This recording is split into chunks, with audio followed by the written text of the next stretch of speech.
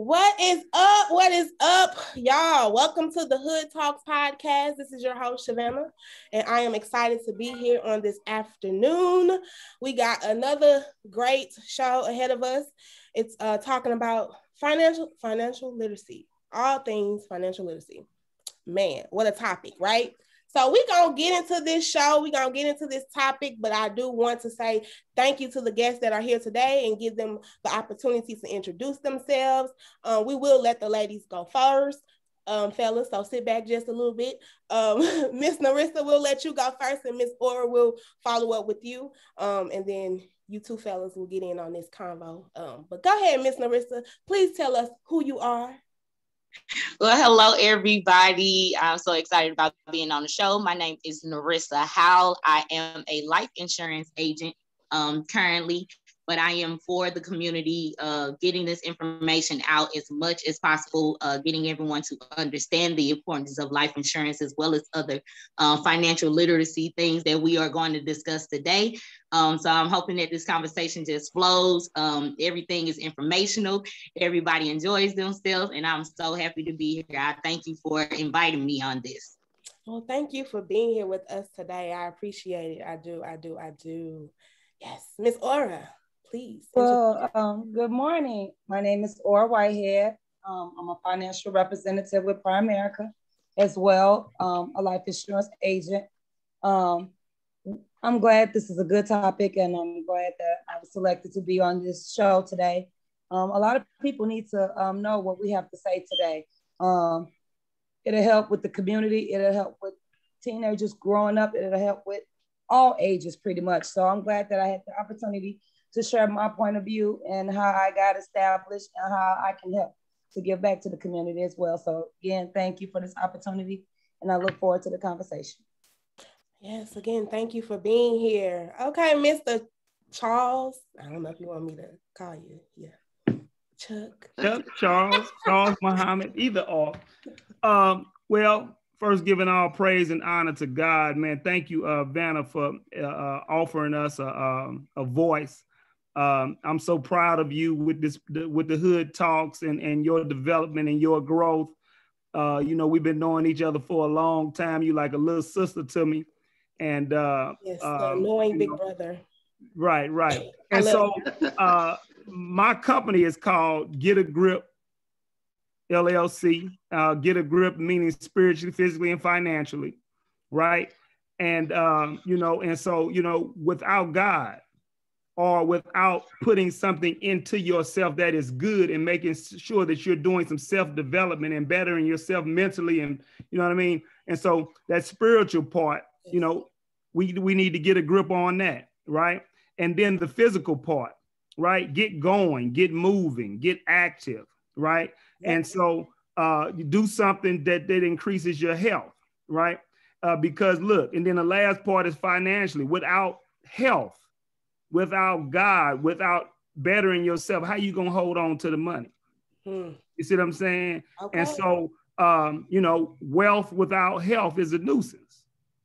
You know what I mean? Because what is it to grow a whole lot of money, right?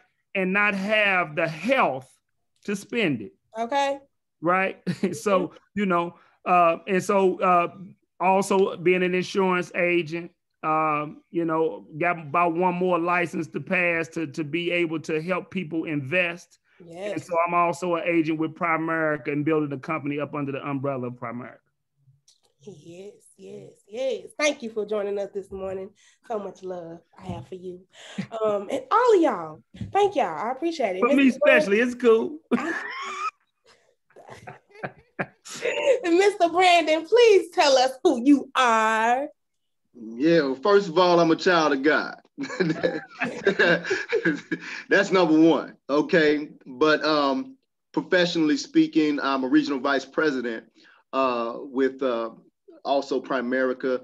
My individual company is Fortune 319, where, we're just trying to make an impact in our community.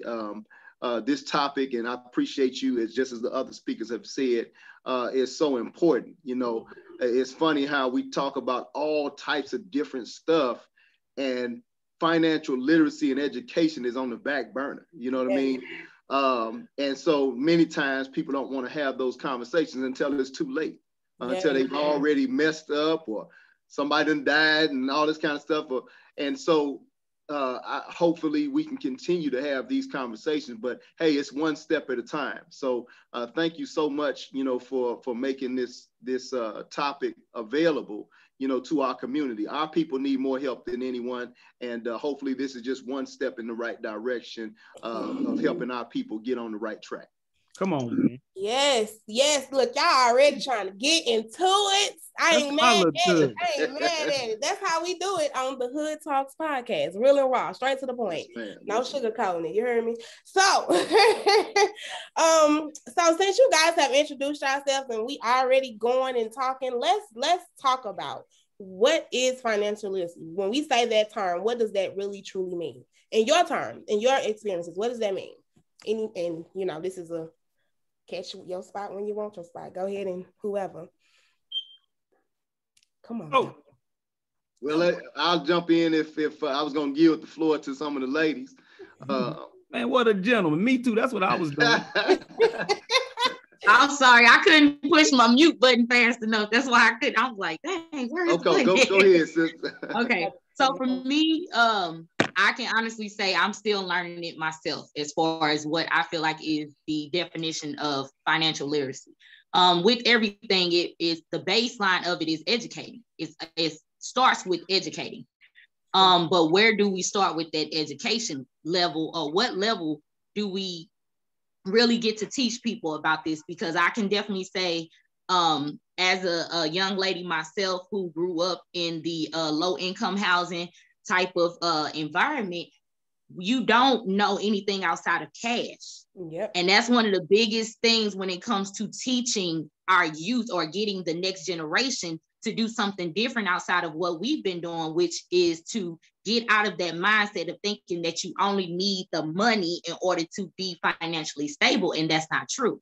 So for me, the financial literacy is not only teaching them about, how to save, as well as just anything dealing with cash separately, and getting them to think that just having cash is what can set you off as an adult, but getting an understanding of the responsibility behind what you invest in. That it's okay to invest in stuff. We are so popcorn, microwave type of thing, to where if we put our money into something, we want something back instantly. That our children don't even have, even us, we don't have the mental capacity to just wait something out and watch it grow. We don't want to wait and just watch something grow. So definitely with the financial literacy, like it's more than just cash. Like I said, it's credit. It's learning how to use your money. It's learning how to save properly. It's learning how to take care of the things that you even put your money into, so that you won't have to keep rebuying or going through bankruptcies and going through evictions and stuff like that. So that's what it means to me. Yes. Anybody else want to chime in? To piggyback off what Narissa was pretty much saying, about the financial literacy, like she stated first, it's all about education. Like she was saying, all we knew was cash. And growing up, my father was strict on credit, and saving and emergency stash. He was always, okay, you work, put so much to the side for emergency. You never know what's going to happen. Young, yeah, they're going one and not the other, because, young, we got our parents for that. So who say we need to save when we got them? And still to today, I still be mama, daddy. But yeah, it starts with the education. And financial literacy goes a long way. You can play it multiple sides, but like she said, saving, investing, emergency stash, and also comparing prices. Like my mama wasn't a big coupon lady, but she always compared prices. Gas. This gas station might be 2 pennies less than that one. We're going to make a right to the one that's 2 pennies. 2 pennies, you look like that ain't no big indifference. But as you get older, I find myself going to the one that's 2 pennies too.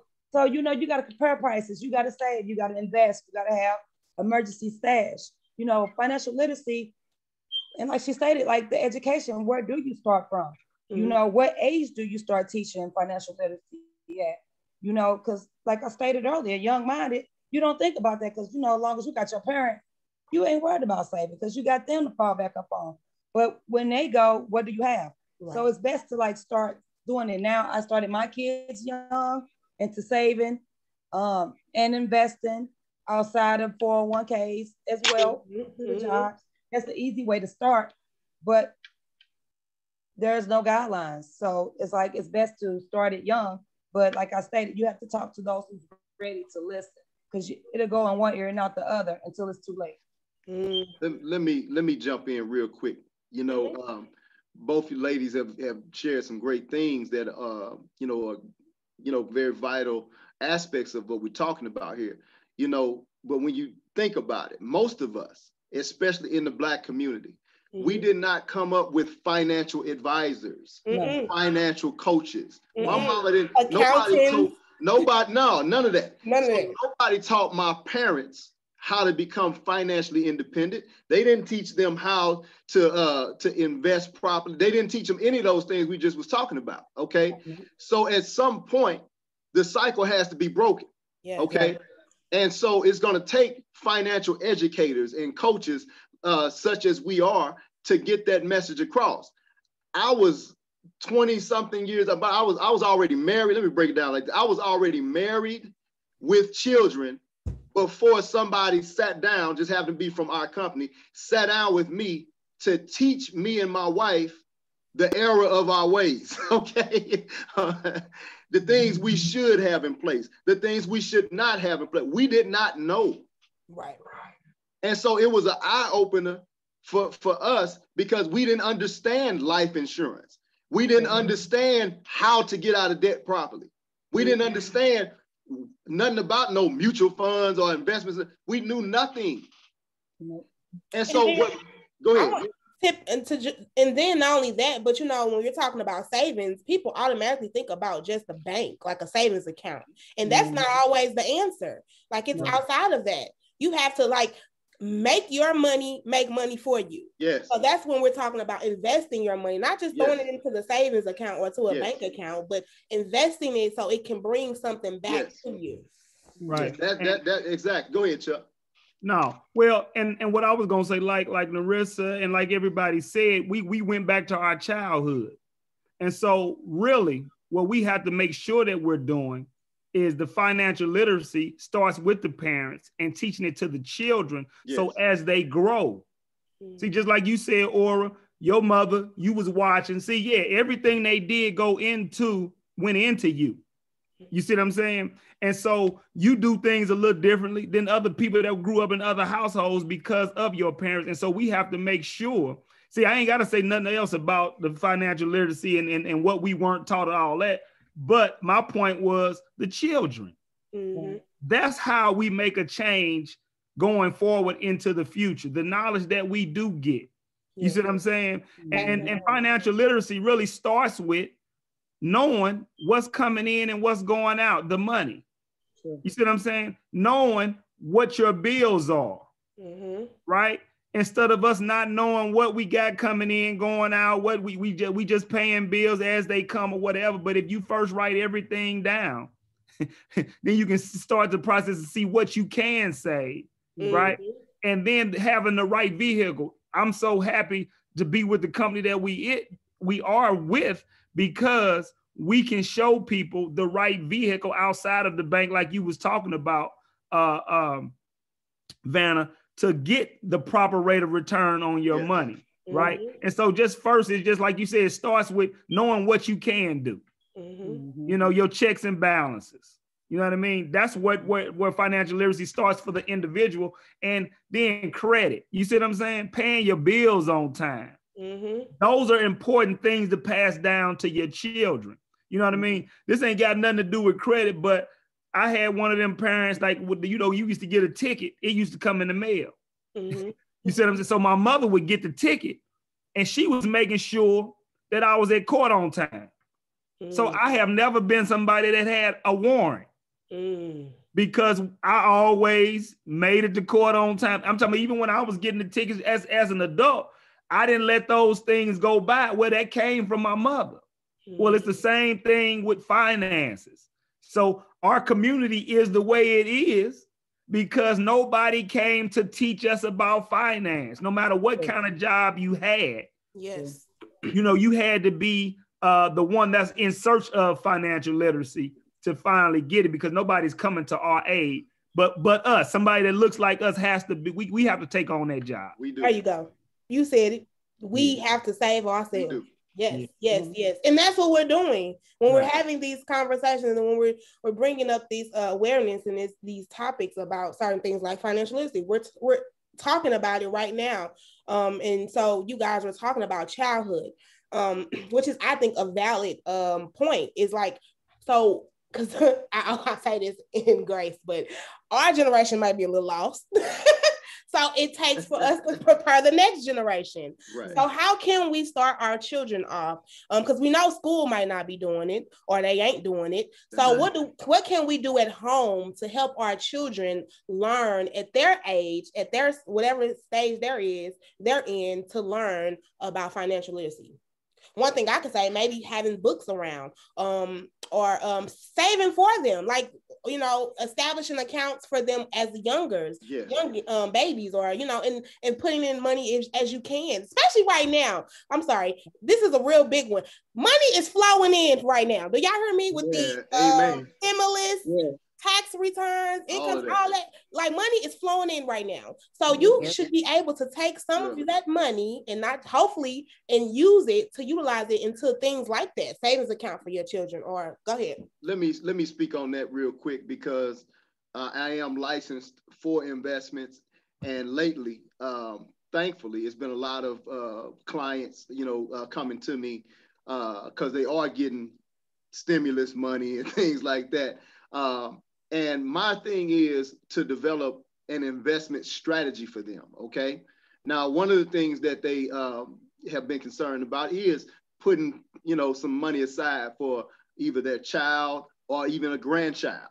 You know what I mean? I've been putting a lot of money aside for grandchildren and stuff, so that they can have something, you know, when they get 18 and all this kind of stuff, they won't start off at zero, right? But here's the other part. When somebody comes to me about a child or a grandchild, I'll address that. But then my question is, what do you have in place? Sure. Because see, if all you got is money at the bank, like we were talking about before, the average bank savings account is giving us less than 1% growth on our money. So it's good when it comes to, if you just want to talk about an emergency coming up or something, or just paying bills out the account, perfect for that. But when it comes to building wealth, you're not going to do it inside of a bank account. And so we have to help our people understand, you don't have to fear the market.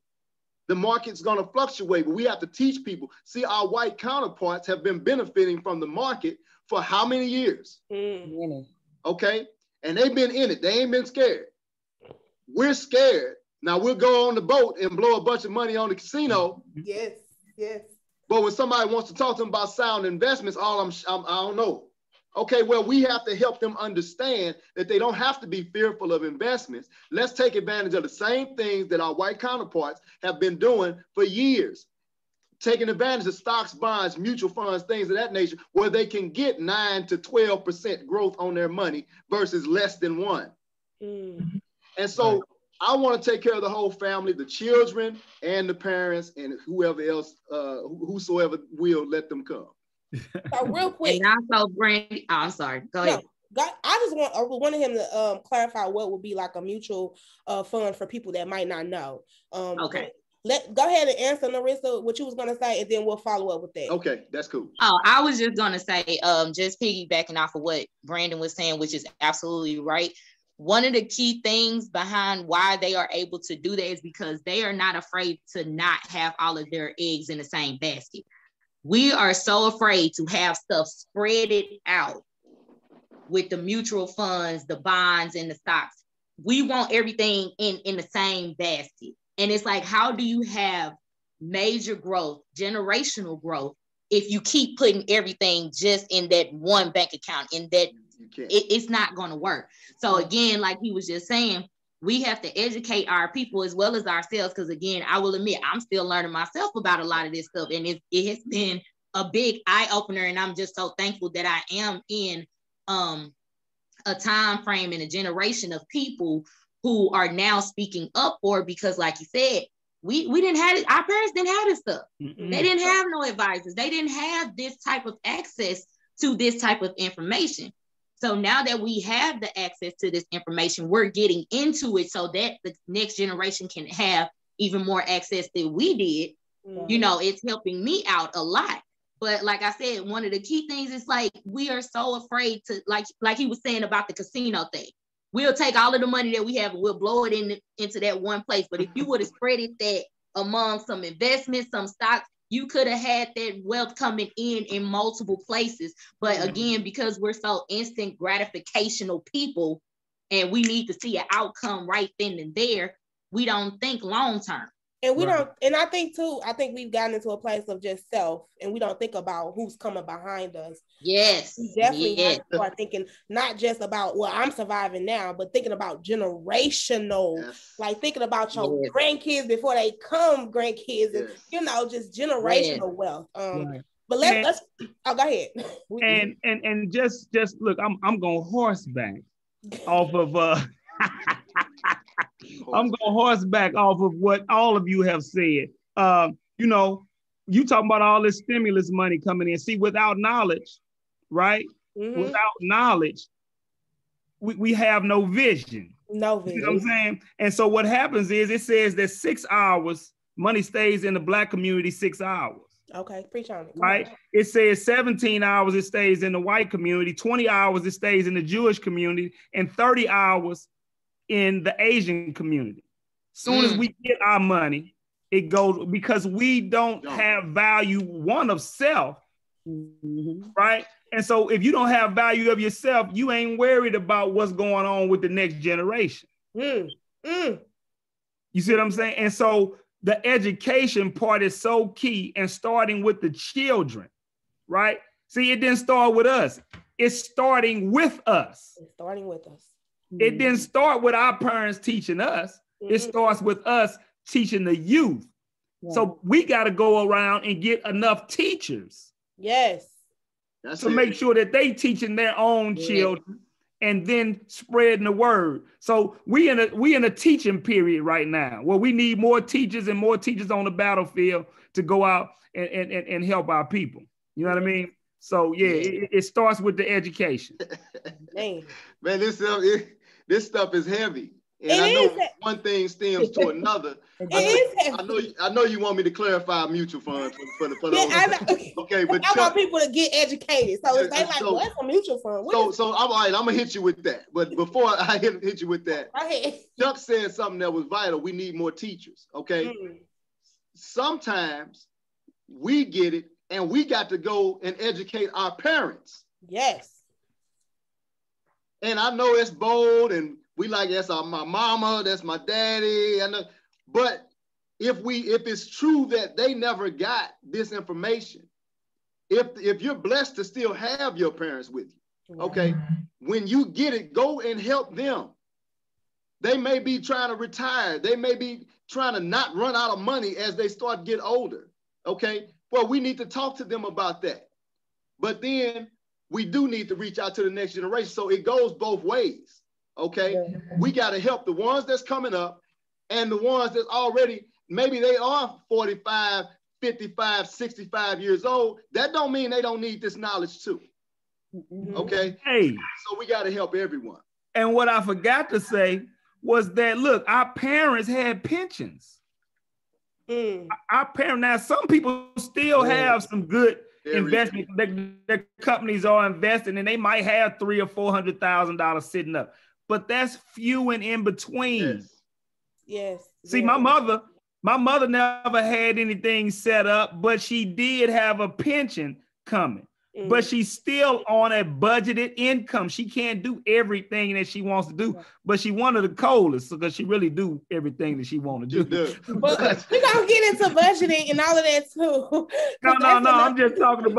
I'm just talking about. I was really dealing with the pensions and stuff that people used to have. The average job is only lasting 4 years now. Yeah. Right. And you own to the next one, so you don't even have enough time to grow money. Right? You see what I'm saying? And that's the national term on a job. Yes. You know what I mean? And so, that's just a heavy piece. So the stuff so if we don't do something, we're going to be working until we expire on the job. Yep, that's what it's looking like. Or we going to be unemployable because we ain't healthy enough to work. Right. And we just going to be poor, broke, and we got to do something. And disgusting. Yeah. And useless. And useless because, like you said, ain't nobody going to hire us. No, exactly. No. Let me go ahead and answer that question. Okay, Please. So we can move on. I'm going to pass this microphone. Okay. Listen, guys, we have to understand that there's different ways to invest. First of all, we have to be open-minded to investing.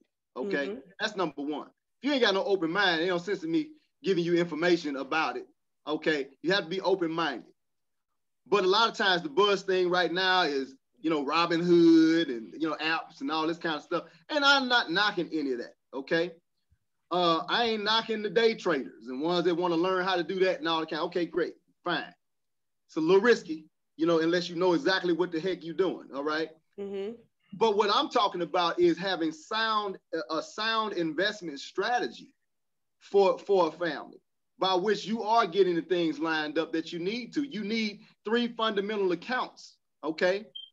I'm gonna give you this real quick. You need an emergency fund in place, okay?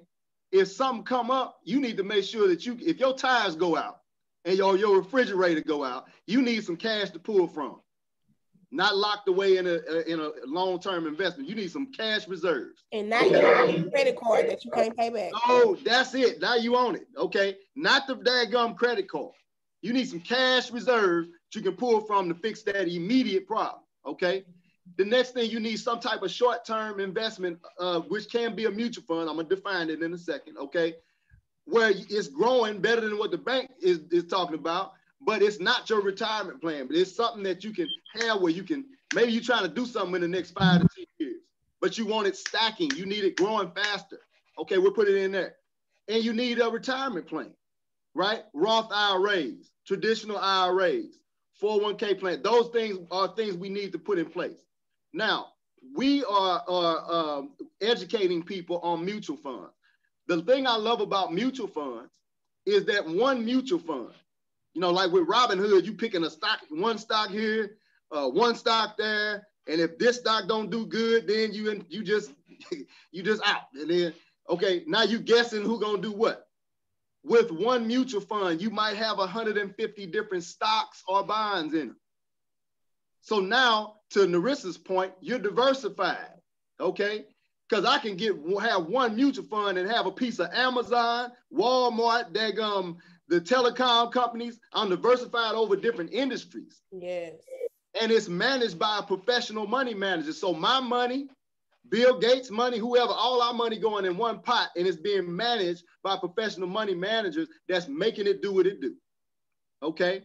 Now, the average mutual fund has on average have between 9 and 12% growth. Now, there are funds that do way more than that. But if you don't get started, you'll never experience it. And so what we specialize in, guys, is taking things that are complicated or people are fearful of and making it very simple and removing the fears. Does that make sense? Yeah. Yep. That's what our community needs. And also, just to piggyback off of everything that you preach, as well as about the teaching part. Yeah. What I love about what we're doing now is that we know how to talk to our people. I think a lot of times a lot of our people are so afraid to get into this because the language, that language barrier in between, it's like, I'm not gonna understand this. And it's like, no, look at me. Listen, If I can get it, I can give it. Yes. If I can get it, I can give it. Yes. So that's what when he said that teaching thing, I'm like, yes, that is the key thing. But also because it is us, they will become to understand how to get into it, but not think that everything that we're saying is just going over their heads because they don't feel like they're educated enough or they can pick up the understanding of it. And it's like, no, baby, you can learn this. You can really learn this. Right. And it's more personal that way, like you're saying, seeing me and like seeing you, it's more personal. It's not the other people saying, yeah, it's easy for you to say that, but I've been where you are. And if I could do it, I could get you to get to where I'm at. And like I tell people all the time, sometimes in order to win, you got to take risks. Yes. So at the same time, you can't be scared to step out there because, like Brady said, if you don't step out there, you never know what growth you have. So you got to step out there. And then rephrasing and revamping the mindset, because you know when we talk about losing, I mean we could spend $200 on some Jordans, and after a while, them shoes gonna tear up, and they ain't gonna be no more good. You ain't gonna wear them no more. That's $200 lost.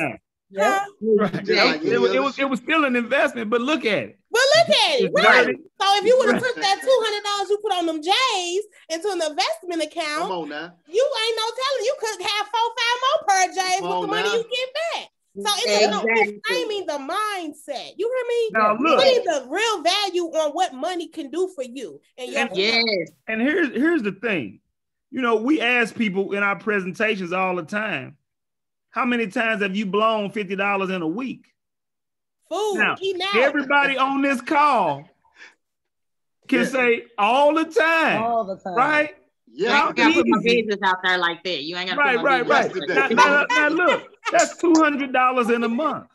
That's $200 in a month that you could have used. Mm-hmm. And if we're conscious of how we're spending, the first thing people have to become conscious of their spending. You know what I mean? Trick the little $2 and $3 that I was going to say trick off. That's not the proper word. That we blow on a daily basis. Keep it real and raw. Trick off. You right, right? This is the Hood Talks podcast. This is the Hood Talks. They tricking off. This is the Hood Talks. Tricking it off. Yeah. But anyway, that we, you know, and so we really have a whole lot of money. Yes. But we blowing it. And so getting people to understand and think about that you really blowing money. Yes. And if you did do some things better, that your family could be better protected, or that you could actually start the process of saving some money. See, when I was so young, when I initially got my life insurance policy, I got the policy, but I couldn't even fathom another $50 at 25 and 24 years old, another 50. That wasn't no money. I understand that now. Right. But if I had started investing that money back then, where would it have you now? Yes. Wow. You know what I mean? And so, you know, and you know, that's why I really got into the industry, because I really wanted to affect the mind of some young people, because nobody's coming at us with this conversation. No. And if I felt like that, if I could change a few young minds and get them to where they can really retire at 40 years old, if they wanted to, $300,000 or $400,000 of $500,000 saved up because they started investing early. Yeah. You know, that's really why I got involved or whatever. And so, you know, and not just our children, just the youth, teenagers, you know, we really should put a conscious effort into spending at least 7 hours out of a month. I think Leroy Flowers said something, at least 7 hours out of a month. He sits his children down and he teach them about money and finances. That's it. See, that's going to reverse that priority. That's the biggest thing, is understanding what is considered as a priority. If we can get people to understand that these materialistic, like you said, Jordans, temporary fixed type of stuff that is not gonna last, that does not pass down to anybody or anything like that. If we can change the mindset of what priority is, that can help so many people financially, because you set your priorities straight. And then it goes, I'm gonna say it goes back to kind of what Chuck was saying, and the value of self. If you feel like all you are worth is them $200 J's, you gonna invest everything in it to get them $200 per J's to feel important. You know what I mean? So it's important. It's to look important. And that comes from self-hatred as well. Yes, you have to dress yourself up to make yourself feel better about you, when it's the person that's in the clothes that is of value, not the things that you're putting on the body. You know what I mean? Real talk. And so, the cover up. Yeah. The cover up. Man, here's the other piece to it as well. You know, when I try to make a Facebook post or something, telling people, you know, hey, why not take some of your money and put it over here? or do this with it. Get some life insurance, get some investments and all that kind of stuff. Someone may misconceive where I'm coming from. I'm not telling you don't go get some things that you just want to get. Okay, get some stuff. You want it, okay, great. You got a little extra money, okay, fine. But the problem is when we blow all of our money on all of that stuff, and don't take any of it and put towards something that's going to be an investment in yourself, an investment in your family, make a difference in something. You know, somebody will blow their whole stimulus check and still won't have no life insurance. Somebody blow they'll have 2 or 3 flat screen TVs, 2 or 3 PlayStations and an Xbox that ain't got nothing to say. A PlayStation 5. I don't know, what is that thing? $600 or something? $80 a game.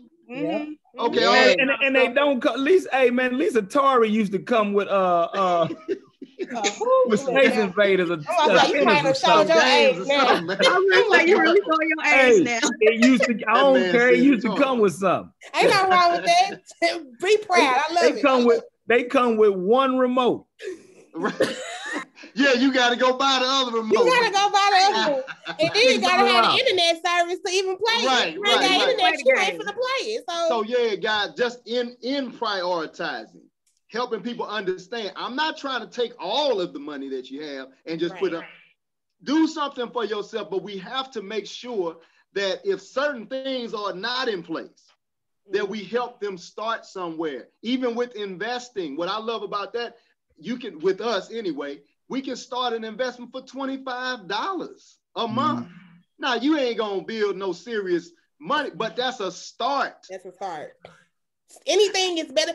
I used to, let me tell y'all, when I first had Nevaeh, I started keeping change. Like I would literally go put change up. And I will tell you, I've got hundreds of dollars over this time building up her account off of change. Right. So yeah, over a couple of months, that's $200 some a month. Come on now. Yes. You can start. I don't know why people don't do piggy banks no more. I still do. Y'all piggy banks, y'all piggybacking. I'm sorry. But no, I'm just saying. I ain't got no piggy bank. Like, it just started somewhere. And I like to emphasize too that we know we're dealing with some people that are in a financial hurting place right now. Some people don't have the luxury to do a lot. So if you can't, like you said, anything is better than nothing. You hear me? So starting, if you can start there, like taking your change and literally putting that change away and stashing it till it builds up. So it's just the smallest things can go a long way. Let me say one more thing, guys. One more thing. Listen, here's the thing.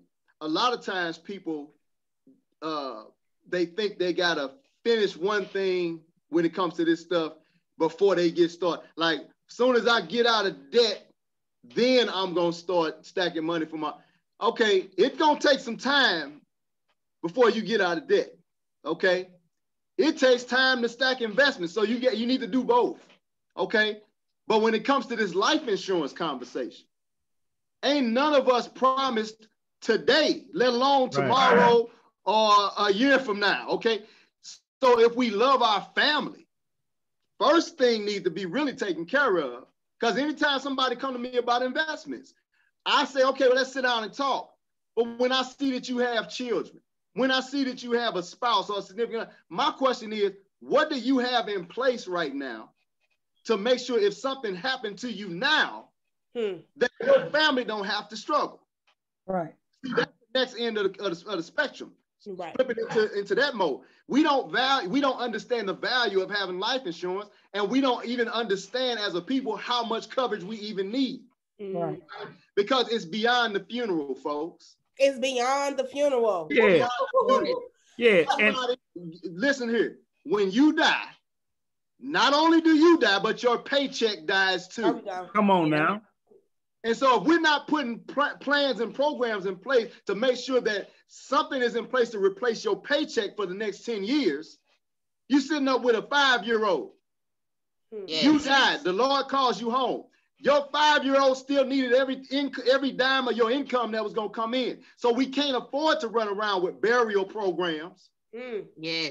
$5,000, $10,000, $15,000 plans. Okay, that took care of the funeral home. Right. Death insurance. Right. That's death insurance. And What's going to take care of making sure that your wife, your children don't have to struggle your house because they lost you? That's life insurance. That's life insurance.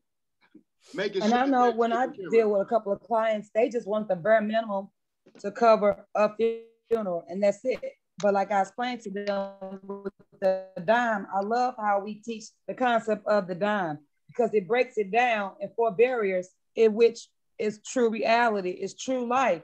And it's like, I just want enough to put me in the ground and that's it. But what about your family?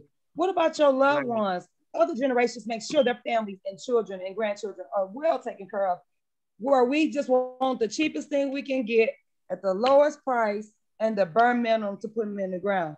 We don't look about how our family is going to react without us. And I love how we teach the concept because when I sit down with a client, that be my main focus is that dime. You know, leave your family something. Don't just say, okay, put me in the ground and that's it. Because what about the ones that have to take care of your children?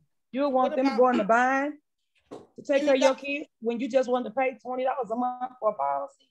That's not right, and that's not fair to the rest of the people who have to take on your responsibility after you're gone. Right. So we need to keep educating about the life insurance, the importance, and leaving your family with income with you to family without you. Yes. Hey, and to add on to what Oris said, you know, here's the thing. Sometimes it's the difference. See, we probably all didn't have family members where you got 2 children over here, you got 2 children with this auntie, 2 children with grandma, you know what I mean? And all of the siblings got split up. Well, that's an example because they didn't have any money set aside to help raise their children. You know what I mean? And so, you know, we just, you know, the truth of the matter is white folks leave wills. They do. Yes. And black folks leave bills. Come on now. Bills. Yeah, we leave bills. You know what I mean? You know, and so, and when really you have to make the point, do you love your children? Exactly. Do you want them out of doors without clothes, homeless? You know what I mean? And so just breaking down and helping them to understand what the need is. And we was talking about mutual funds and all that. But before you can start investing, you need the mutual, you need the insurance plan there because see, this is a protracted period over time with a mutual fund. Right. You ain't gonna, you know, even if you putting 500 in a month, you still need your income replaced. Yes. And so the foundation of any financial house is life insurance. Now, like Brandon said, once we got that, now we can talk about getting you some savings because if you got them all, that's only going to be $100 that you put into that mutual fund. So let's go back real quick. Come on. And let's say we have a family. And they're coming and they like, all right, I heard y'all, I want to make changes, I want to do something different. And they're like, I don't know where to start or how to start. We hearing you saying life insurance, but they're like, I don't know if I make enough. I would say, let's sit down and start with a budget. Like you said, writing out what you're bringing in and what you're putting out. And then that will help you figure out what can you maneuver. So this is what I'm trying to get at. A budget would help someone know how they can invest, what they can put into life insurance. So I think that will be like a first step is sitting down and literally writing down and budgeting yourself. So like you kind of going back to what you were saying, Brandon, I want to still buy my J's, but I know I need to do this too. So when your budget, you like, all right, if I got, $600 extra after doing everything I'm supposed to do, handling my business, my priorities, then I can go spend $200 on some J's. So it's a budget. So it's putting yourself on a limit. Right. And am I right, y'all? Help me out here. Yeah, you're absolutely correct. I will give you, this is a real talk what happened to me when they first said, when I was first introduced to these concepts and all this kind of stuff. All right. I knew I needed to get on track. I knew I needed life insurance. I knew I needed all that.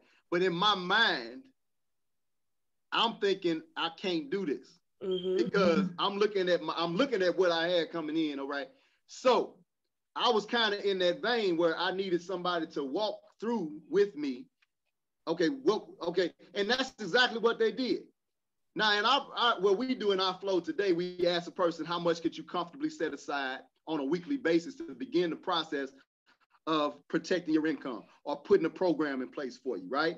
And so some folks, they kind of know what they got, what wouldn't blow their budget on a weekly. You know what I'm saying? They say they got $50 a week. That's about, that's $200 for that month, okay, that they got. They say they got $100 a week. That's $400 a month that they got. They can work because it's 4 weeks in a month. But I wasn't at that point when they first sat down. Remind you, I've been in the game for 18 years, okay? When they sat down with me, I'm like, man, I ain't got no money to do that stuff. I knew I needed it. And I was excited about the information, but I'm in my back of my mind, like, man, how I'm gonna pull it, right? How I'm gonna pull it out. So this is what they did, just what you just said. And it wasn't no pretty thing. She pulled out a blank sheet of paper and she said, how much do you bring in a month? And so I put that down. She put that down on paper. I told her what it was at the time, okay? Then she said, okay, what's your gas bill? You know what I'm saying? And she put that down. What's your phone bill? And she went down through all my bills and she said, you know what? You actually have, now this was to my not knowing, you know what I'm saying? You actually have about $300 that is unaccounted for. Yes. Where is that money? You know what I'm saying? Because I done told her everything that I done spent on, right? Right. So she proved to me that you did that I actually did have. Now she wasn't trying to take my whole 300. Right. But she said, brother, at least you got 50 or 60 that you can protect your family with, right? But until we sit with people and help them understand that, you know what I mean? Then people still gonna be putting it on the back burner. Yes. And go ahead. And when you actually know, okay, my money is going to insurance. See, that money that we blow, we don't know where it is. We don't know what happened to it. Really evaporated. Yes, right? It does. You don't know. You be like, but here's the thing. When you give somebody purpose, it's what you're doing. See, do you want to be old and broke? You see what I'm saying? When somebody lets you have a conversation with them.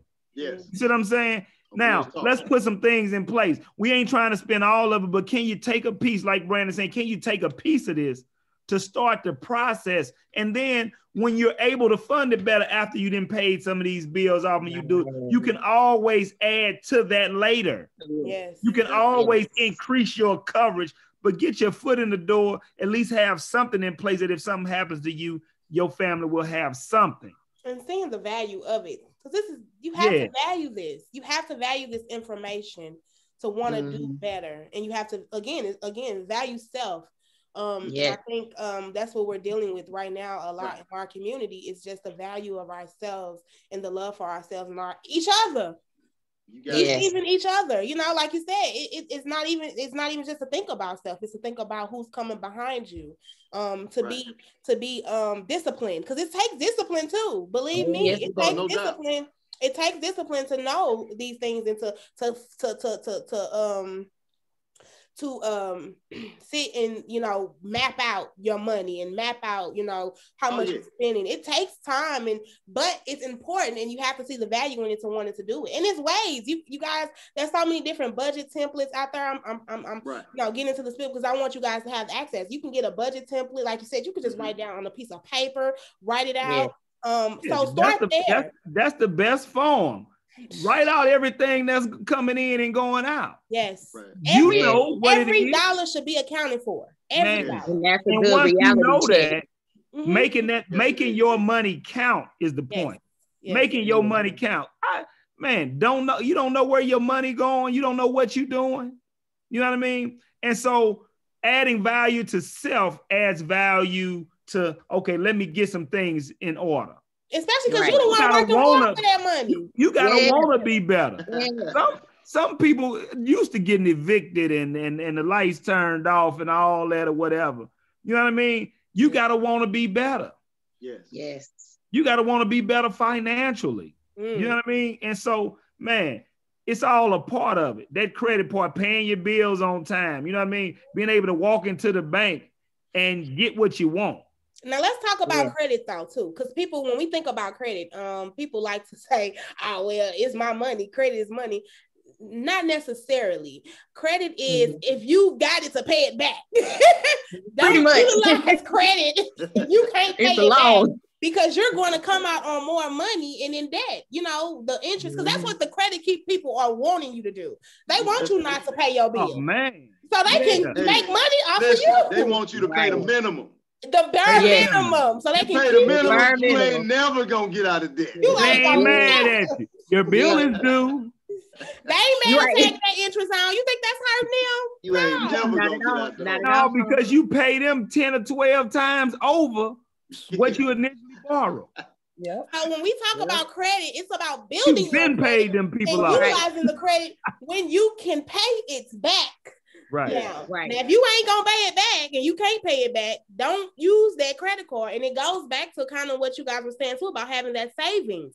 Like if you have an emergency, your credit card should not be the first thing you go to grab. No. You need cash to be able to solve that problem. Okay. At least 5,000 sitting up somewhere. Okay. In a mutual fund, because it's gonna grow, not in the bank. And your savings account can be a portion, but at the same time, you shouldn't have, if there's ways that where you can take advantage of some tools where you can have it growing higher than what a bank account is, okay, then you should have some layers to that emergency fund and those emergency cash reserves. Keep you some in your savings, but you shouldn't have no $30,000 sitting in your savings account getting nothing, okay, on your money. Move some of that money. There's things like municipal bond funds, not to get too technical, but they're federal tax free, okay? And you can take advantage of them and they can stack and grow at the same time. So there's tools available. We just got to have conversations with people. We have to have these conversations more. Man. But credit is so important because nowadays bad credit can keep you from getting a job. Yes, it can. Yeah. You know what I'm saying? Yeah. And so if you ever want anything, credit is definitely important, but it shouldn't be important, like you say, just to go buy some J's or just to go buy some stuff. You know what I mean? Well, like I said, people are literally like, I heard like, I need a new tire on my car. Let me go swipe this card.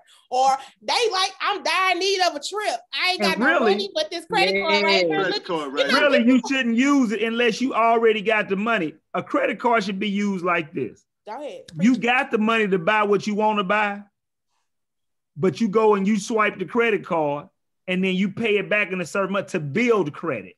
To build credit. To build credit. To make money off of them, honey, because they all these initiatives, incentives, or whatever they call them, incentives, or whatever they call them. Incentives.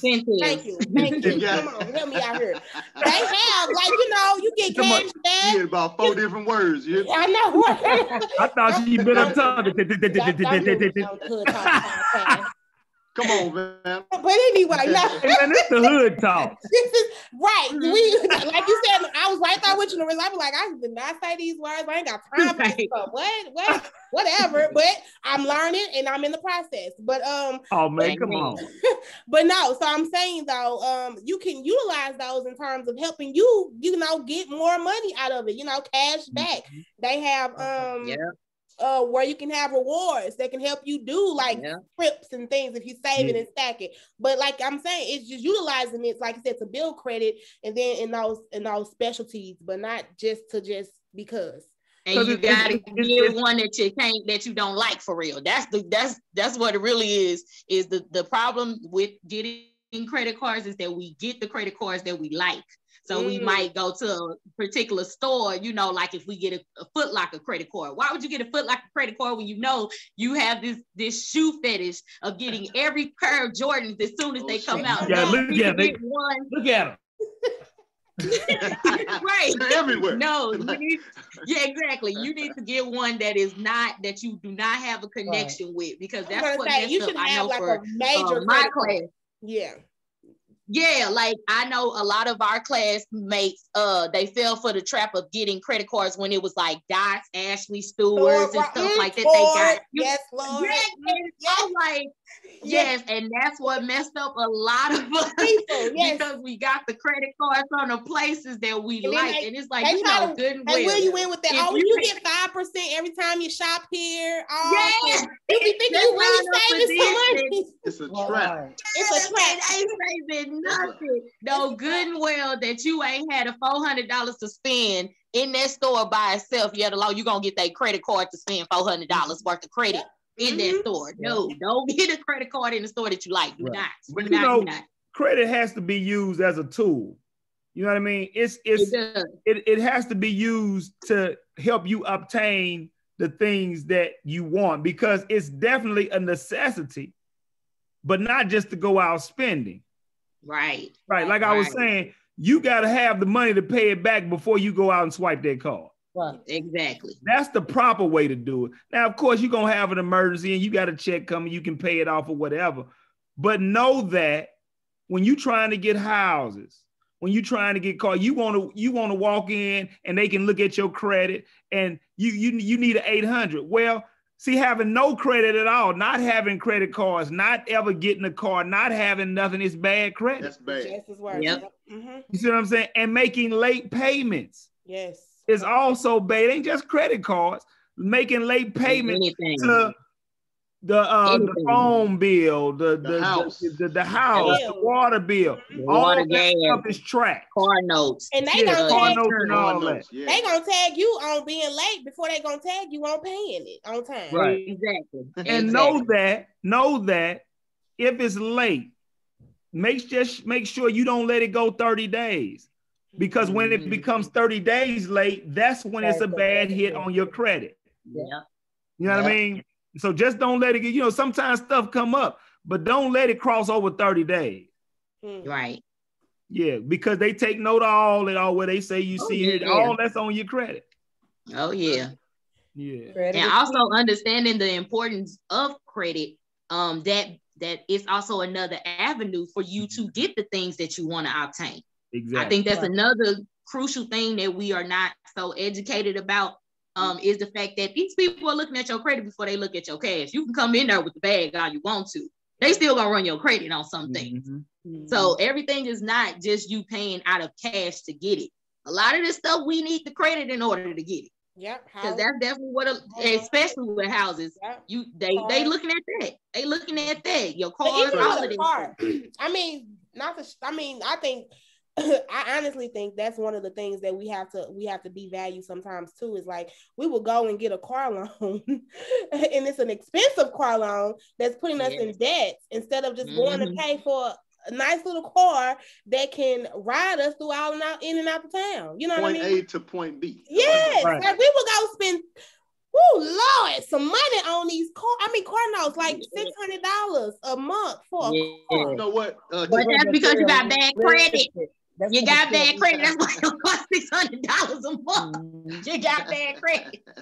But instead of saying like, okay, like, man, people can have a $600 car note. I'm sorry, Vanna. A $600 car note and got a little bitty piece of car. That's true. I think somebody with a new small car, but what they did was they traded it in, and the other one wasn't paid for. Now you paying all this money for this little bitty car. Yeah, that is true. Man, you should have paid off that other car. Yes. Okay. Yes, that is true. People do that. Like they don't pay off that vanity, man. And you still have vanity. Yeah, trying to be seen. Yep. Yes. Yep. Like honestly, like I ride a 1999 Mercury. It's look $1,500 to give me 8.8 B. I'm just saying, I ain't ashamed. You know what I mean? But people will like literally be like, I'm gonna go get this new 2020 and I'm gonna ride this. And I'm like, why? When you and then you live in an apartment, like you ain't even can't even get your house. That's what I was gonna say. We gotta make smarter. We gotta make smarter decisions. Yes. Smarter purchases. We have to think. We can't do all this impulse buying. We can't have everything we want to have right now. Okay. Sometimes you better ride that. You better ride that hoopty, as we used to call it. I don't know what they call it now. You better ride that thing. If it's still getting you from point A to point B, ride that sucker until you can do something better. And just don't go trying to, because a lot of people, what our problems is, we live outside of our means. Yes, that's what I'm trying to get at. Not within our means. Yes. We trying to ball and trying to front on Facebook like we balling and shot calling. Okay. But people that you don't even like half the time, like you don't even like them. Exactly. We steady trying to feel good about ourselves. Listen, I don't want to be. Listen to what I'm about to say. I don't want to be Facebook rich. Right. Woo! Okay. I don't want to be Facebook rich. I want to be rich. I don't want to be Instagram rich. You heard me. Well, I'm looking good, right? All flash, but no cash. No okay? No. I'm more concerned about what's in my mutual fund, in my bank account, my investment account. Your real life. Than what I am showing you on Facebook. Okay. Your real life. Yeah, because a wise poet once said, "Ain't no future in your front." We dropping gems on here today. Yes. Hey. And then half the time you see right through it anyway. We be like, really? Yeah. Really? The next week you out here complaining about that ain't your real life.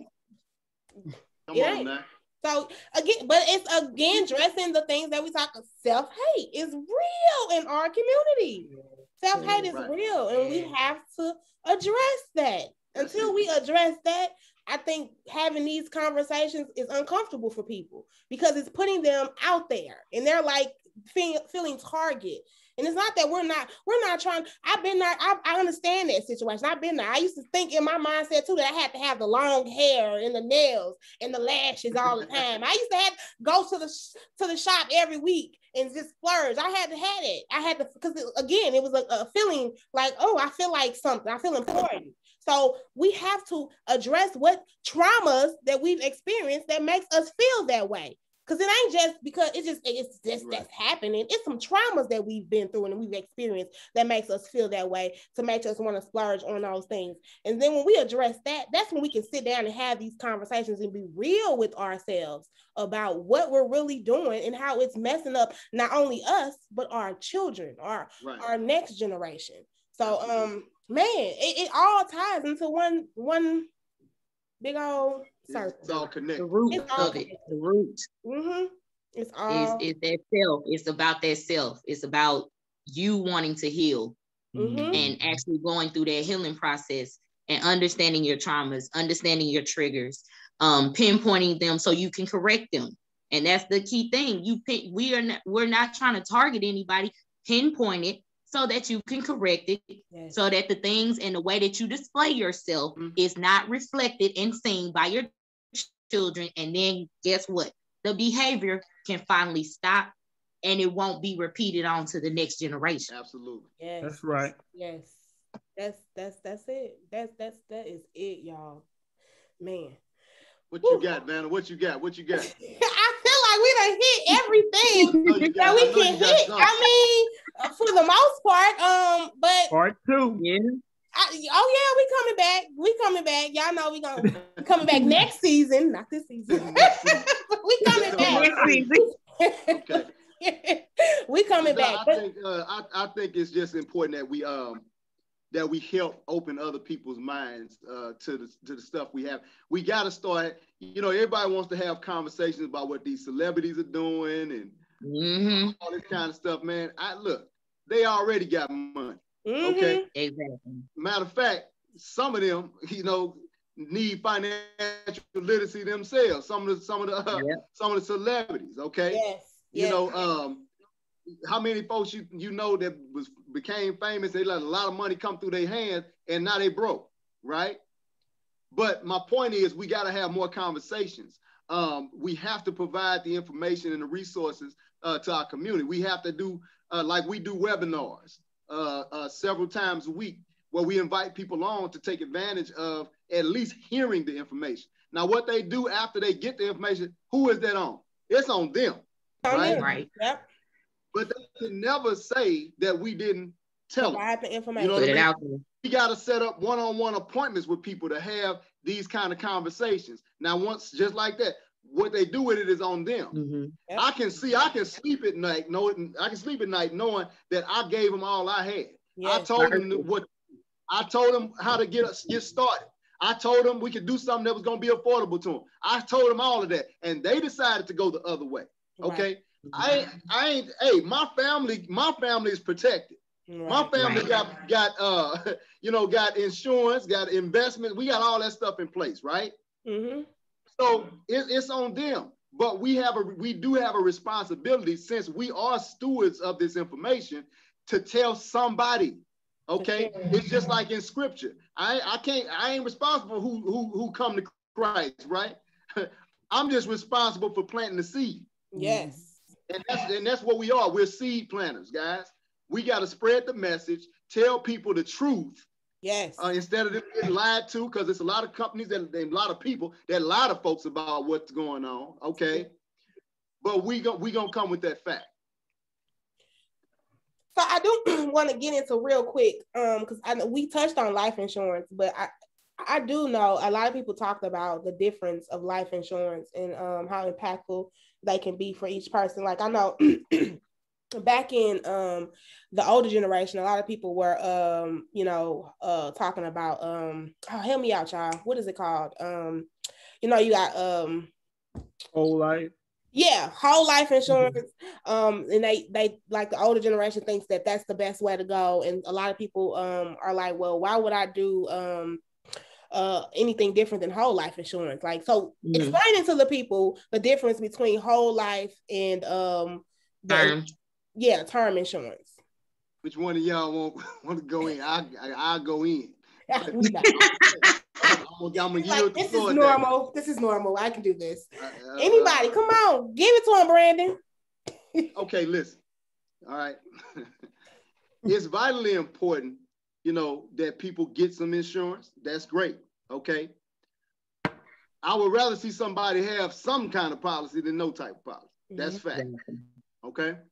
However, because we, historically speaking, have not been educated on what's what. A lot of our parents, grandparents were sold certain things that was mainly pushed in our Black communities. Okay, they charged us way more coverage for way more money for a lot less coverage. Okay, they pushed those cash value policies and they dangled the carrot. Hey, you can borrow some money out of it if you need it. Now, does it make any sense for me to borrow something that's supposed to be my money?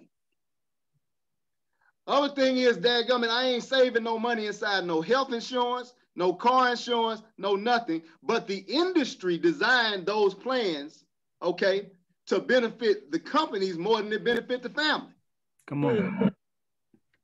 The other piece to that, and I'm gonna break down the difference in just a second, but the other piece to that is, long time ago, the industry and some companies in the industry got in trouble because they had two bags when they went to when they rolled out to do business, right? And when they went into the Black community, so and it's a Wall Street Journal article that backs this up. They had when they went into the Black community, they sold, since we on the Hood Talks, they had what's called nigga policy. Nigga insurance, right? Nigga insurance. Yeah. You know what the nigga insurance was? It was them cash value policies. Okay. No more than 10,000. Little bit of coverage, barely enough to do much, right? But the premiums was big. Okay. They paying off, and the company just they excited. But watch this. They sold nigga insurance there, but then they go to the white community, okay, and they sold from a whole different bag. They gave them way more coverage for a lot less money, okay? So they getting $200,000 and $300,000 and $400,000 policies in that community, not ours. Right. And so our ancestors and the people that came before us came up just thinking, hey, I got to get a whole life policy, a cash value policy. Here's the problem with that. Let me break this down for you note takers that want to take some notes, okay? For the first 1 to 4 years of having a cash value policy, okay, there's no money accumulating. They're overcharging you, okay? They charging you like you already, let's say you 30 years old, they charging you like you 65.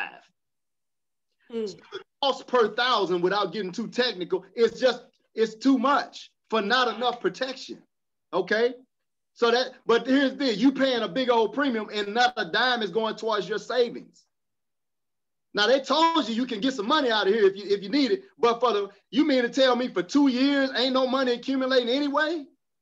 You wouldn't accept that from your bank account. You wouldn't accept that from Bank of America, U.S. Bank, dadgummit. So why would we allow them to do that to us in a life insurance policy? Well, I know I'm paying this big old premium and a dime going towards my money. Okay, that's number one. Number two, okay, when it does start accumulating, maybe year 4 or 5, it's at a low rate of return. You just gonna be just a smidgen higher than what the bank was giving. Well, that stuff gonna take a long time to grow, folks. Okay, 3% growth is gonna take 24 years for that money to double. You understand that? And you ain't even getting that in most whole life policies. You might be at a 1.5%, 2%, so that ain't working. Then here's the big kicker. When you do get some money accumulated in there, now you got a little cash, but you need some, right? Because you know something always gonna come up. Right. They're gonna charge you anywhere from 7 to 9%, folks, to get whose money? Your money. Your money. So how can you win in that situation if they charging you more to get your money than it was even growing at? Then when you die, you want your family to get the full death benefits and you want them to get the cash because hey, they told you, hey, you got some cash in here. But in most cases, folks, they pay the death benefit, but the company keeps your cash. And I got more, folks, but just for the sake of time, man, can you see how we get played? Yes. Now, what we do is we teach people about term insurance because you can get way more coverage for a lot less money. And you should do, if you listen to, it's not us, if you listen to Susie Orman and Dave Ramsey, they teach them just what we teach. Yep. Don't you ever get a cash value policy for an investment and all that. You can put your money inside of a mutual fund, going back to what we talked about before. Rate of return. And you ain't got to borrow your money. You get a bigger rate of return. And when you die, your family going to get that money. Yep. And you get more protection because we separated the two. And last thing I'll make on that, it's a misconception actually that we need life insurance for our whole life. Yep. Guys, we don't. If you got $1 million or $500,000 sitting somewhere, do you still need the life insurance policy? No. You can get it, keep it if you want, but that money right there is going to your loved ones anyway. Yep. Does that make sense? But most of us ain't got that sitting there. Nope. And so your need might be 3 or 4 or 500,000. And if you ain't got that sitting in the bank, you better get some life insurance in place to make sure if you die, all of that can go to your families. That makes sense? Yes, sir. Okay. So guys, we just make sure people understand there's a better way to take the dollars that you're spending. Don't let people trick you into that other kind of stuff. Do some things that's gonna make sense for your family, where you get more value for your dollars. Don't y'all work hard for your money? Yes. Every last one of us. Yes. And so we don't need to be blowing it in stuff that's just making the company rich. Let's get rich ourselves. Okay. Making people that don't want you even buying that stuff rich. Come on, do you now. hear me? Do you hear me? Come on, they don't man. even want you in that stuff. Do you hear me? Come on, man. Okay. That's Making what them I'm rich. talking about. They guys. kids get to go to any school they want to go to. Man, Mm-hmm. it's a mess out here. And we the ones sending them to school. We support them. Exactly. And they still teaching them how not to like us and want us in that stuff. Right. Okay. Exactly. Guys, Exactly. it's about breaking generational curses. That's really what it's about. Okay. It's about making sure that you're protected. If you die too soon, you make sure your family is straight. If you live too long, you don't outlive your money. You got some cash. You got some money to live on. You got to protect against those two things. Dying too soon and dadgum living too long. Right. Those are the two things you got to focus on and protecting. Hopefully that explains, Van. Yes, Good job, Brandon. It did. It did indeed. Yes. You educated me. I was like, wait a minute, what? Hold on. Let me write this down. I told you I'm still learning. I'm a newbie in all of this. I'm still learning. So and real all quick, the information. Real quick, I don't think we ever really broke. We referenced talking about the dime earlier, but we never really spelled it out. Chuck, you want to break that down, or Aura can do it, because I think Aura started doing the conversation. But kind of share with the people, since we own that, because what we do, guys, is we taking a set. Most people don't know how much coverage they even need when it comes to you gonna do it. Okay, no, I'm gonna pass the mic. Most people don't know what they need. Okay, so this is how we tell people how much they need. Go ahead, y'all. So okay, well, go ahead, Aura. Go ahead, Aura. Come on, sister. Look at it. Okay, you got it. You got it. Okay, so look, basically, we don't like to go dictate to anybody what they need, right? And we definitely want to make sure that they understand what their need is. So if they come in and say, hey, I just want 100,000, I just want 50,000. No, let's sit down together and let's assess what your need is. And so we do a simple technique called the DIME, D-I-M-E, covers 4 major areas in your life. Well, the D in the DIME stands for death and debt, right? And so would you say that the price of living is going up or coming down? The price of living is definitely going up. And so we put 15,000 in just for the death benefit alone, right? Because look, St. Louis, you probably could bury somebody for about $7,000. But the truth about it is, like we said, the price going up, and hopefully you ain't going nowhere no time soon. So 15,000 is to battle inflation. And then the debt part of it. Would you rather be a blessing to your family, or would you rather be a burden? Right? We would definitely rather be a blessing. And so why wouldn't you clean up your own mess? Why wouldn't you clean up your debt? And so we ask, what do you have in consumer debt and maybe a car loan? See, me personally, using myself, I got some credit card debt that if I passed away today, it would be left on to my wife. So let's clear that up, right? My car, I got a loan out on my car, right? She would not be able to pay for it because of COVID. She's at home. She wouldn't be able to keep my car, but I definitely would want her to have it. So we need to put in enough to pay the car, right? So let's say, for instance, that's another 15,000. See, that's 30,000. Can you understand why only having 30 or 50,000 is really just enough for your final expenses, right? Now, if you got children, right? See, life insurance, that's death insurance. Life insurance starts with income replacement, right? And so we ask the question, just think about it. If your children had to go live with your mother for the summer for 3 months, right? With no money and no food, would that affect your mother financially? Of course it would. You affected yourself at home with your children, spending money on them and feeding them, right? So of course, without having no money, no food, just think about if you passed away tomorrow and now your children have to go live with your mother for the rest of their lives with no money attached to it, without your money, without the standard of life that you provide for your children. Would your children suffer? See, I like to tell people it's a difference sometimes from your children going to foster care or having to go with multiple family members. Because if you think about it, if your sister got 3 children and now your 3 coming, can you see how drastic the finances change from 3 to 6 children? Right? On the same income. Right. Yes. And so what we do is with income replacement.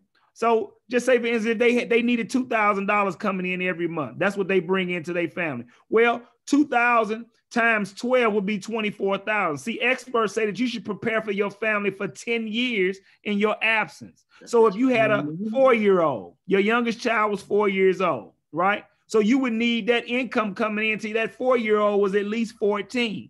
You see what I'm saying? You see how that would allow the family to stabilize, right? Versus now your income is gone and ain't nothing else coming in, right? So that 2,000 times 12 is 24,000 times 10 is 240,000, right? This is where your family transitions from life with you to life without you. This would keep $2,000 coming through the door every month for the next 10 years to take care of your children and your family or your spouse, right? Then the next portion is for the M is for mortgage, right? Now look, just think about it. just say husband and wife, they both bringing in $2,000. They bringing in $4,000 a month with both of their careers, right? And now the husband passes away.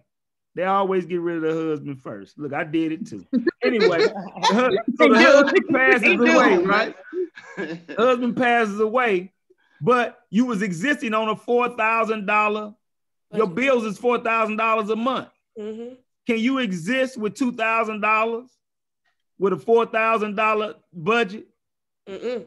No, you can't. So you have to downgrade. So what we do is we ask, what do you have left on the mortgage? What is needed to pay the mortgage off? So let's say, for instance, they just needed $100,000 to pay the mortgage off. Do you think it's a good idea to secure the home for the family so your family don't have to go live with somebody else? So your family the furniture don't have to get set outside and they embarrassed and pride stricken? You see what I'm saying? What happens to your family if your income is gone? See, that's what we're talking about. What happens to your family?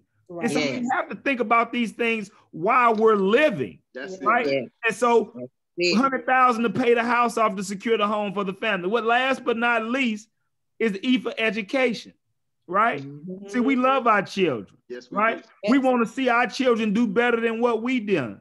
And if my little 1-year-old is gonna go to college, I'm gonna eat right and try to be here to help her to get her there. Right. And I'm going to pay for whatever I need to pay for her to complete college. Right. Well, we still have that responsibility if we don't make it. Right. And so the E is for education. So just say maybe for a one child, just a minor university, or maybe a trade, or just entrepreneurship. Maybe they want to just go get a barber license and open up a barber shop. Right. So $60,000 maybe for a minor university, maybe $100,000 for a major university. Right. And so adding all that up, this family's need would be $430,000 in coverage. Now, look at this, folks. Wherever we find people, the 430 might not be what they can afford. But adding it up, it is what their need is. That's right. See, our job is just to make sure that we get them as close to their need, but at a price that they can afford, so they can make sure that they keep the protection in place for their family in case some misfortune happens. And then what you say? You always say this. Oatmeal beats no meal. Oatmeal beats no meal. Beats no meal, sir. Yeah, oatmeal beats have no something. Start somewhere. Start somewhere, y'all. Start small and start somewhere, and get in places in these conversations and learn, educate yourself, educate your children, and just man, it goes a long way.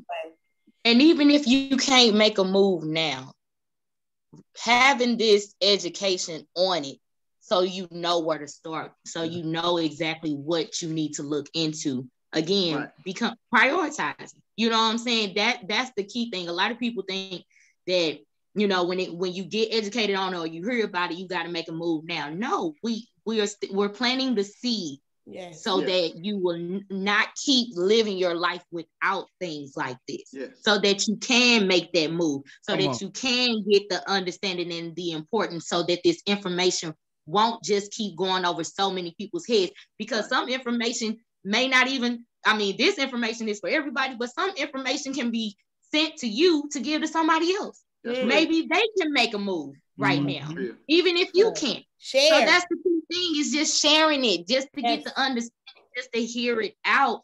Trust me, it's going to get somewhere. It's going to be somewhere in your soul, in your heart, in your spirit, that it's going to click like, you know what? Dang, I may not be able to make a move now, but I definitely can look into this, because I know eventually, like how we all say in the insurance word, we all going to die. That's why it's important, because we all going to die. That is guaranteed. That's a guarantee. Out of everything else that anybody ever tells you, honey, the one thing that is for certain is you're gonna die. So, life insurance is the only policy that you're sure, the only insurance that you're sure to use. You might not have no accidents. You might not go to the hospital, but at one point, you're gonna use that life insurance, and you ain't gonna use it. Your family gonna use it. Your family gonna use it. And I also try to get people to understand. Excuse me, but I just want you wasn't finished. Go ahead. So I also try to get people to understand like how I don't want to say convict them, but it's like, why do you want everything that you brought to this earth to die with you? Didn't you get the house so that it can be something that can be passed on? Yes. So when I get them to look into these policies, I'm like you guys do the dime and stuff like that. When I break it down to them, I'm like, look at all of what you contribute. Look at all of that. And if you were to go tomorrow, who can keep it? Yes. Who can keep up with it? I also tell them all the time, especially when I get to the mortgage, I'm like, how many big mama houses have we lost? Yes. Oh, look. I tell them all the time, I'm like, how many big mama houses? I stay in the St. Louis City. It's real. I stay in the St. Louis City. It hurts to see how many houses have gone down on St. Louis Avenue and down Sue Lloyd and all of that. I'm like, look at all of these big mama houses we done lost. That they work hard. Excuse me. They work hard to get those. And it's some good brick houses. And some good brick houses. And so then that's because but that's in this case, I think what they failed at is having the conversation with us to make sure that we can maintain that. You are right. You are right. Well, nobody had the conversation with Big Mama either. I agree. Big Mama didn't have the conversation with her children. But look, Big Mama learned something to get that house, right? Yeah. So she should have passed what she had learned to her child. And then we have to keep it going. We have to keep conversating with our children about the things that we experience so they can know and it can keep them ahead of the game. Because also it helps them to not have to keep starting over. What you say? I said that also helps with us not having to keep starting over. Every generation starts over at ground zero. Yeah. And always. I think about a lot of different situations where, you know, I've had aunts and uncles who have lost, you know, that house that we all grew up on and stuff. And then I just look back at them riding past. I'm like, man, we could have passed this house down to when you start hearing about cousins having to stay with each other, or this particular cousin had to go stay with the auntie because they lost it. Yeah, laying on the couch and stuff. And I'm like, this is how we stop this starting over each generation every single time. If we just put something like life insurance into place, we get to keep what that person brought to this earth. Why do we keep losing everything that we are building for the next generation? Because we're not getting these policies that cover everything that we have brought here. Yes. Everything that we have accumulated here. Yep. We put them in, like you said, we become a bill. I don't want to become a bill to my loved one. Yes.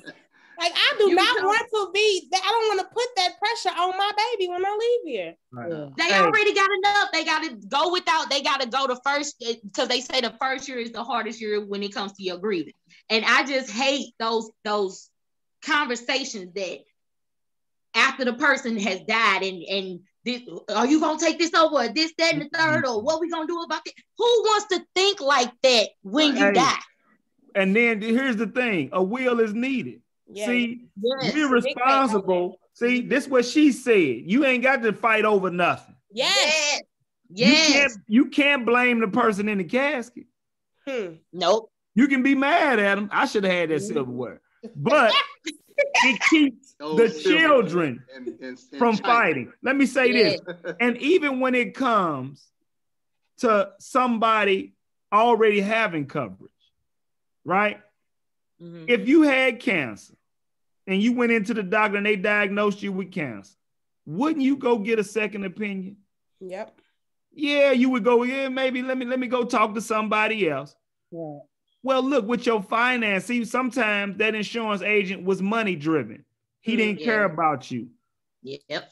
When I didn't sat with somebody and they thought they had $250,000 in coverage and they actually had $25,000 in coverage. Yep.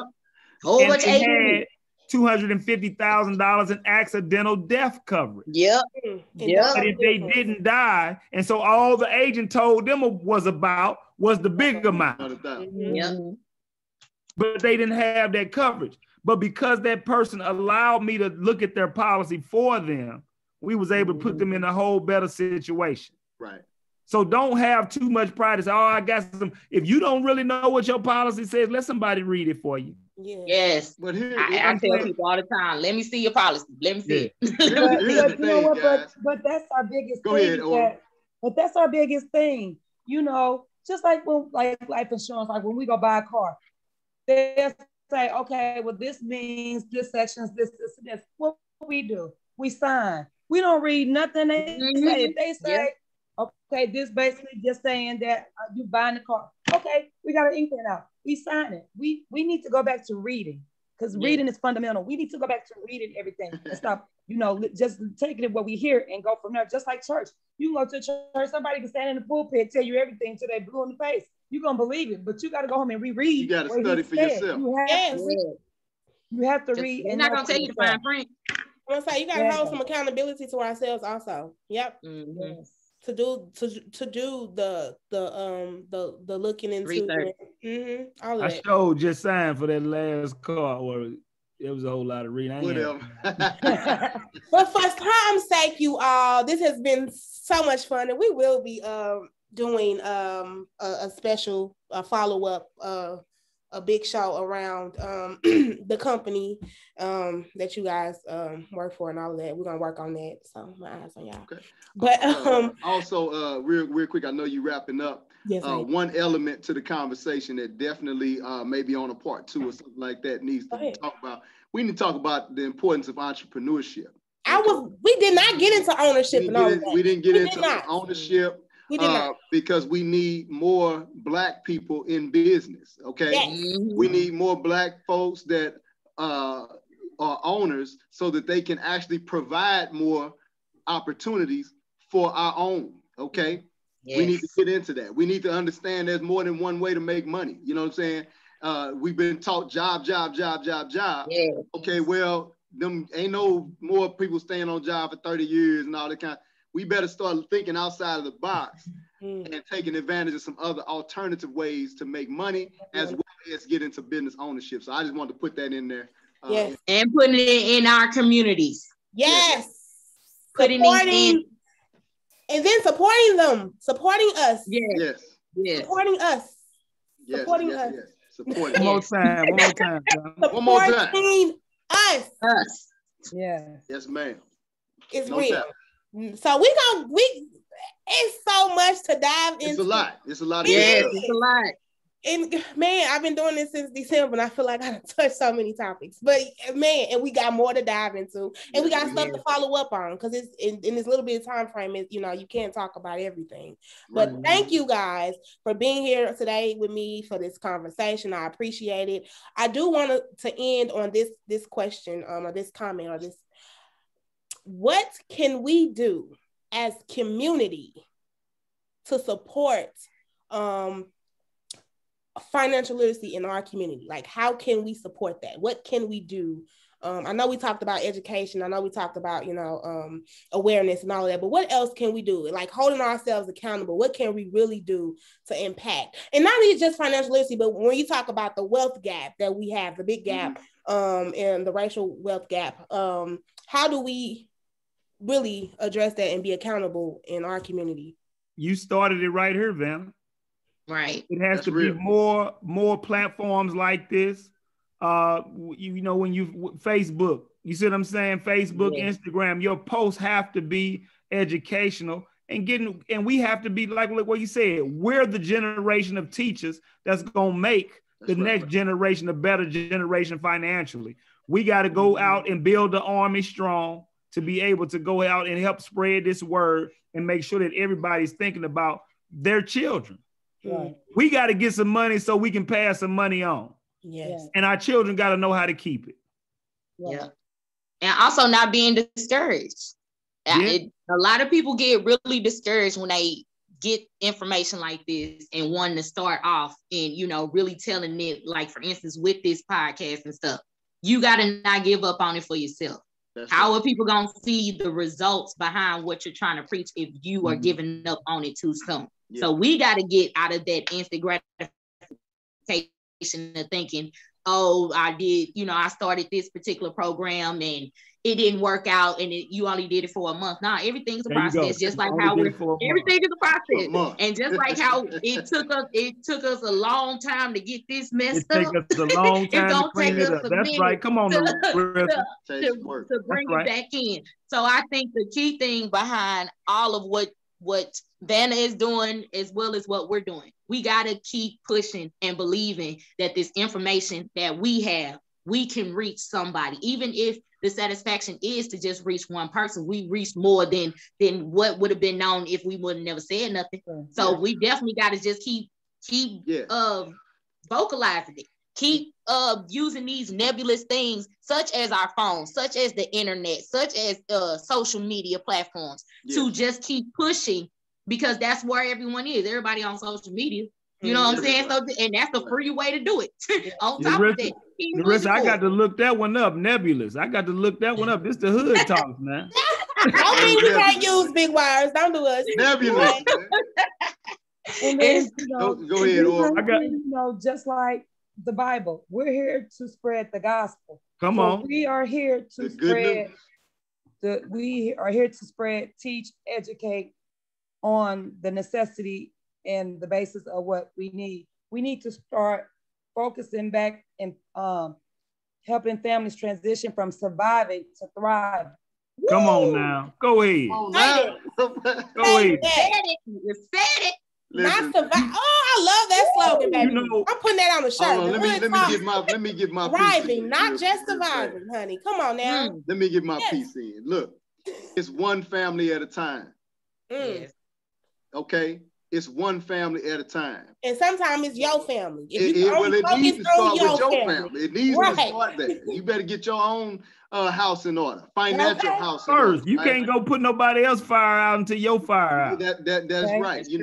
One person, can't change the whole world, but one person can cause the world to start changing. And so we have to understand, if I meet with somebody, okay, whether you do something or not, I need to know, who is your brother? Who is your sister? Who are your aunts and your uncles? Where are your mother and your father? Because I need to meet with them. Okay. I don't need to just have this conversation end with me talking to you. Okay, because you may or may not do the right thing. But I need to talk to your cousin that's a single mom with children, right?